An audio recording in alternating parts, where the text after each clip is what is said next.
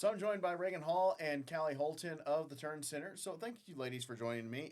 So let's talk a little bit about the Turn Center. First off, I think some people may not know that you guys are 93 years old or around or over 90 years old. So tell me a little bit about, I guess, how the Turn Center got started.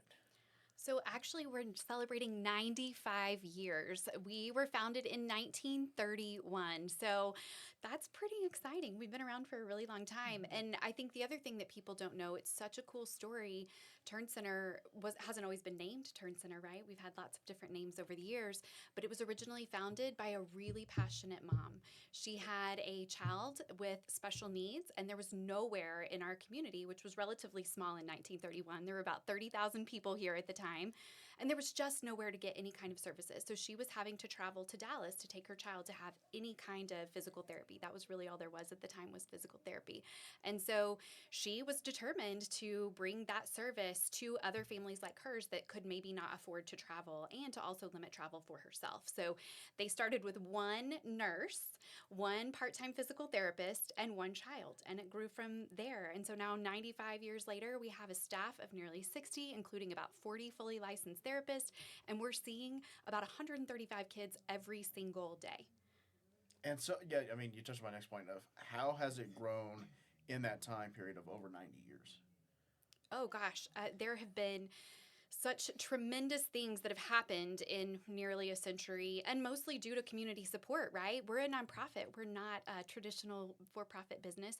So it has taken community support all along the way, and a lot of cool things have happened. We were originally downtown.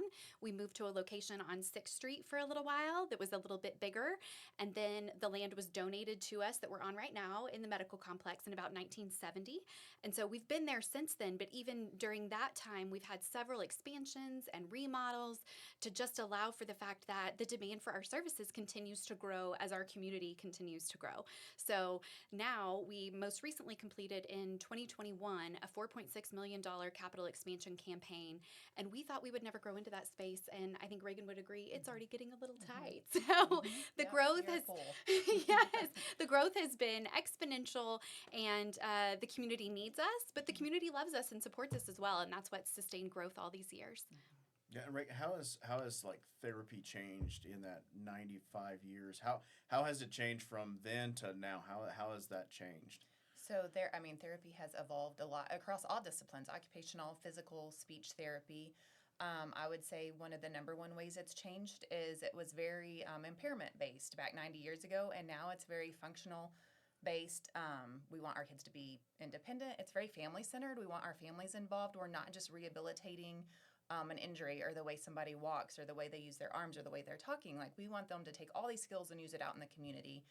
So that's been a big shift. Of course, technology has played a huge role in how we do things, from how we assess a kid to know what they really need from a therapist, to having the option to see a kid that lives 3 hours away virtually because the parents can't afford to drive to see us. So that's, again, all three disciplines do that. And then, like, for a physical therapist, the equipment that they use has changed a ton. So from braces that they put on their feet and ankles, or that they use for their legs to walk better, has changed. The wheelchairs and walkers are so much better and so much more kid friendly. They're not clunky and wooden looking. They're fun, and kids get to customize them. So that's really neat. And then for occupational therapy, there's been a lot of research on, of course, sensory and attention and executive functioning. So we know these kids, they're not just what some people would say, oh my gosh, that kid is so wild, or he's a bull in a china closet. Like, we know now there is like a neurological reason and something that kid needs to be regulated and be able to go sit in class or go watch a movie with his family or things like that. So is there things that maybe still worked 95 years ago that still work today? Is there things that you're still implementing that then now still works? Yes, some of those things, some of those things never change. And I would say strengthening is a big thing, and conditioning of like muscles and things like that. So exercise is always good. That's always been good. How a kid strengthens his muscles is still really important. We've just adapted how that's done. They don't get in the weight room and lift weights. Like, we incorporate play into that all the time. So maybe they're crawling on their hands and knees to crawl through a tunnel to go get something to work on upper body strength instead of lifting a dumbbell. And then I didn't mention, but for speech therapy, they have come a long way as far as communication devices. You know, kids that couldn't talk 90 years ago, there wasn't a lot of options for them. But now they have devices that they can use that gives them a voice, where mom and dad can hear "I love you" for the first time, and things like that. Yeah, I think when you said that, the first thing that popped in my mind is like an iPad. Mm-hmm. Like, obviously, we didn't have that 95 years ago. Right. So, I mean, how important is that to technology? Like, obviously, like we were just talking, like computers and stuff like that. How has that helped you in therapy using technology? Technology has helped us in many different ways. Giving the kids a voice wherever they go is really important. But not only that, we can do our assessments virtually now or online and get a score really quickly to let us know what that kid needs, so we can start working towards goals and making progress a lot faster. Of course, and just the simple piece of like documentation, so we can bill an insurance company and get paid and continue to see the kid. Having technology to be able to do that is a lot better. And so, I guess, how important is it to have the Turn Center here and have it here for over 90 years? And have a place like this where families can go to have a place like this?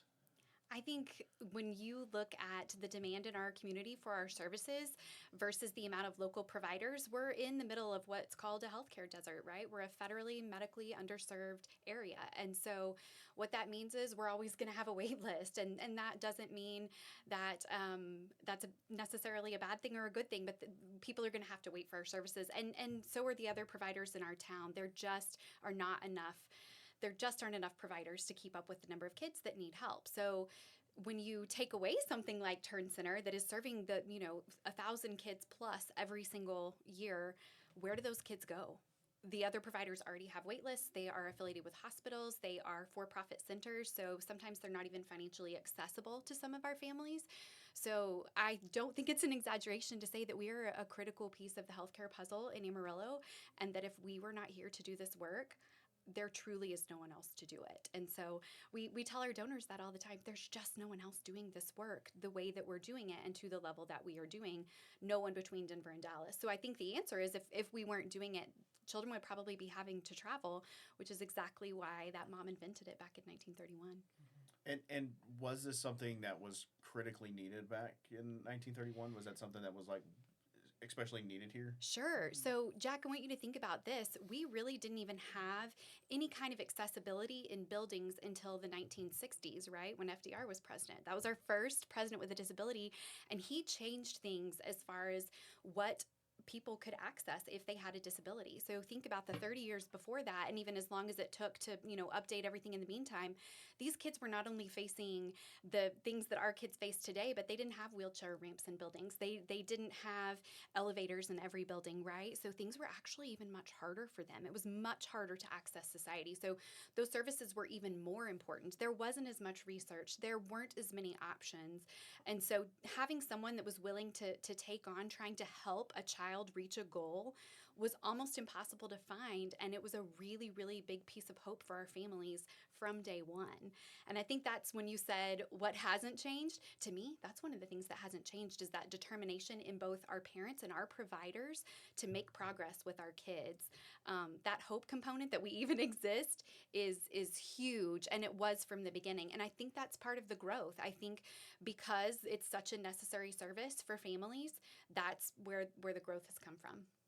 And so, I guess, how do people in the community, how do they continue to help you guys at the Turn Center? Lots of great ways. Yeah. I want you to talk about volunteers, because that's another great way. Mm-hmm. Every single year, our community shows up and helps us fundraise. We cannot operate at the level that we do without funding, right?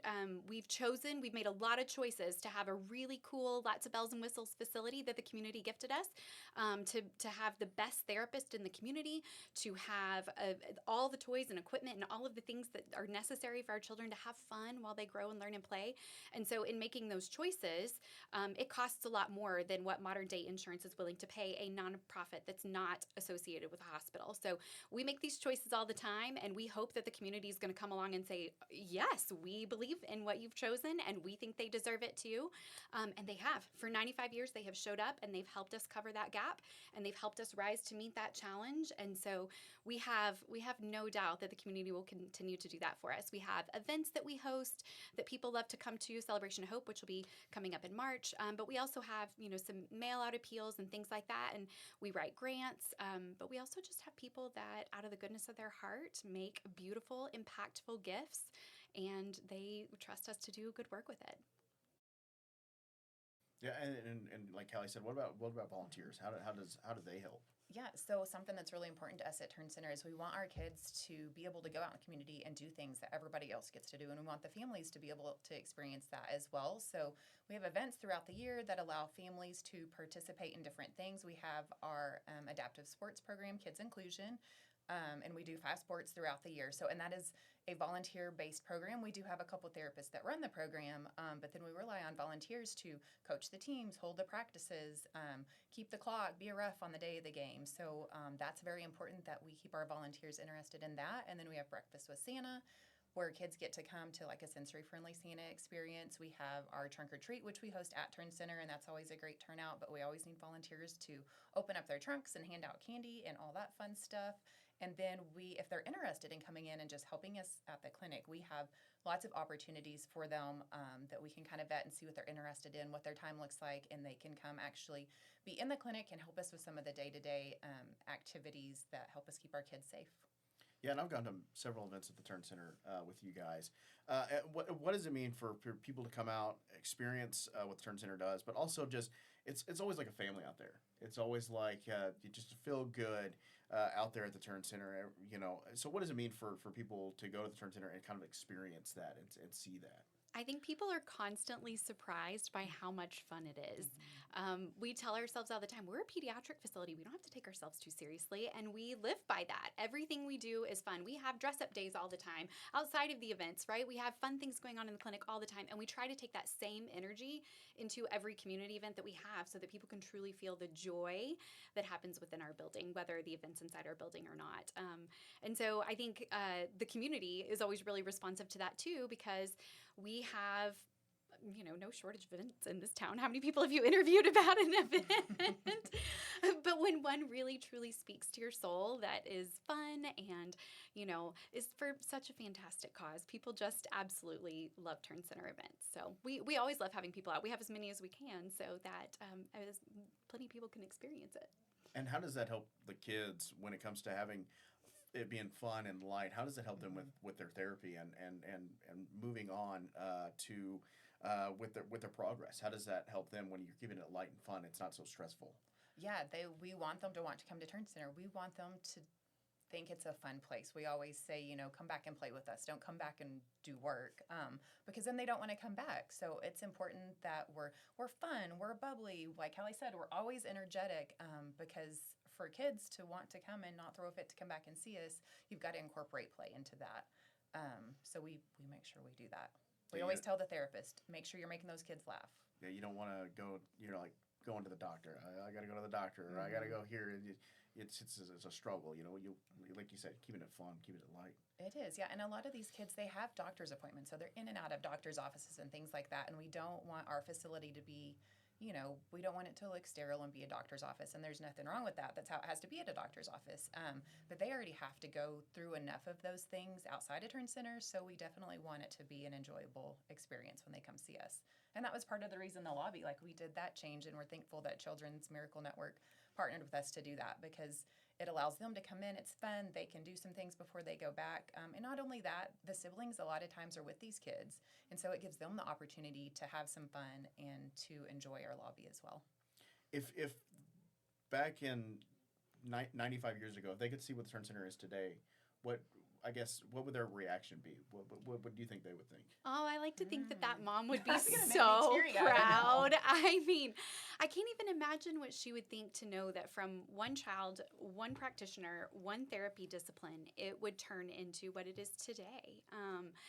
It makes me want to cry too. I think that intention, that heart behind that, all she wanted was a place where her child could grow and thrive and learn and be accepted and be part of a community. And that is still the guiding philosophy that we live by every single day. That when we are making decisions, that is still something we think. How is that going to affect our families and our children? Will that further their sense of belonging in our Turn Center community and our greater Amarillo community? And so I like to think that she'd be so proud. And I think probably she'd be staggered by the sheer volume of children that are able to receive services. I mean, in her wildest dreams, I don't think she could have imagined that 40 therapists would be treating 135 kids every single day. So it's pretty remarkable, and we're pretty proud.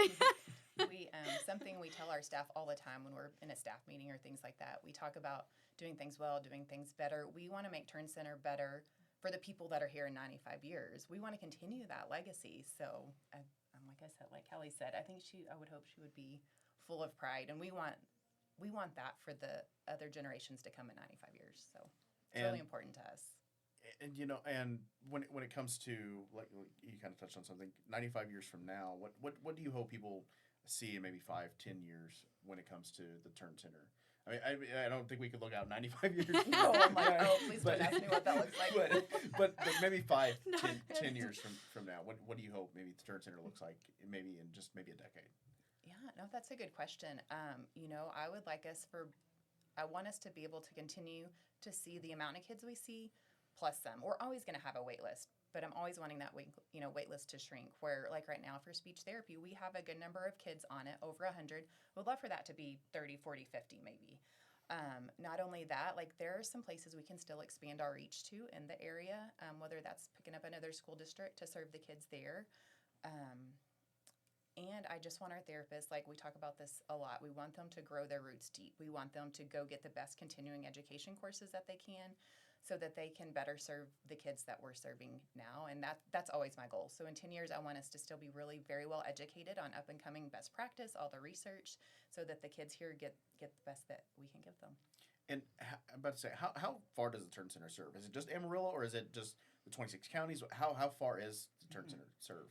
As far as our outpatient clinic goes, it is located in Amarillo, but it's accessible to anyone in the Texas Panhandle. And we have people coming from as far as Lubbock that want to come and receive our services. We also have people coming from some of those border states, New Mexico, Oklahoma, even Kansas, if they feel like our care is better quality and in some way closer. Because again, we're talking about very rural areas, right? They're all part of that medical desert. And so we do have people coming from that far for the outpatient clinic. Regan can tell you a little bit more about schools. That's a really cool accomplishment of its own. We do, yeah. We serve schools all over the Panhandle. So we serve, I always have to think, 35 districts, over 180 campuses. So we go all the way from Perryton to Farwell to Tulia to Pampa, kind of all four corners of the Panhandle. But yeah, we see over 1,200 kids a year in the schools as well. And so how can people continue to help the Turn Center in your guys' mission? So many ways. I mean, I would tell you the first thing to do is hop on social media and follow one of our accounts so you always know what's going on. That way we post events, volunteer opportunities, things like that. Also just like really great warm fuzzy content that you're going to love. Our precious kids doing really cool things. So really that's a great way to keep in touch with us. Our website is turncenter.org, and you can hop on there, sign up for our newsletter, which will have a lot of that same content if you'd rather have just kind of that monthly dump with some links. We also, you can call and get a tour anytime. We love to give tours of our facility because we feel like that's the best way for people to really understand what's happening inside the building. So call and ask for one of us. We will give you a tour. We'll take you for a spin. You will love it. So those are kind of our points of entry right there, but we also do have events, and we have first-time donors and first-time interacting, community members coming to those events. So if you want to come to an event, again, we have our Celebration Hope that'll be coming up March 27th. So you can call Turn Center if you want more information about that. We've got a golf tournament that happens in the fall, if that's more your speed.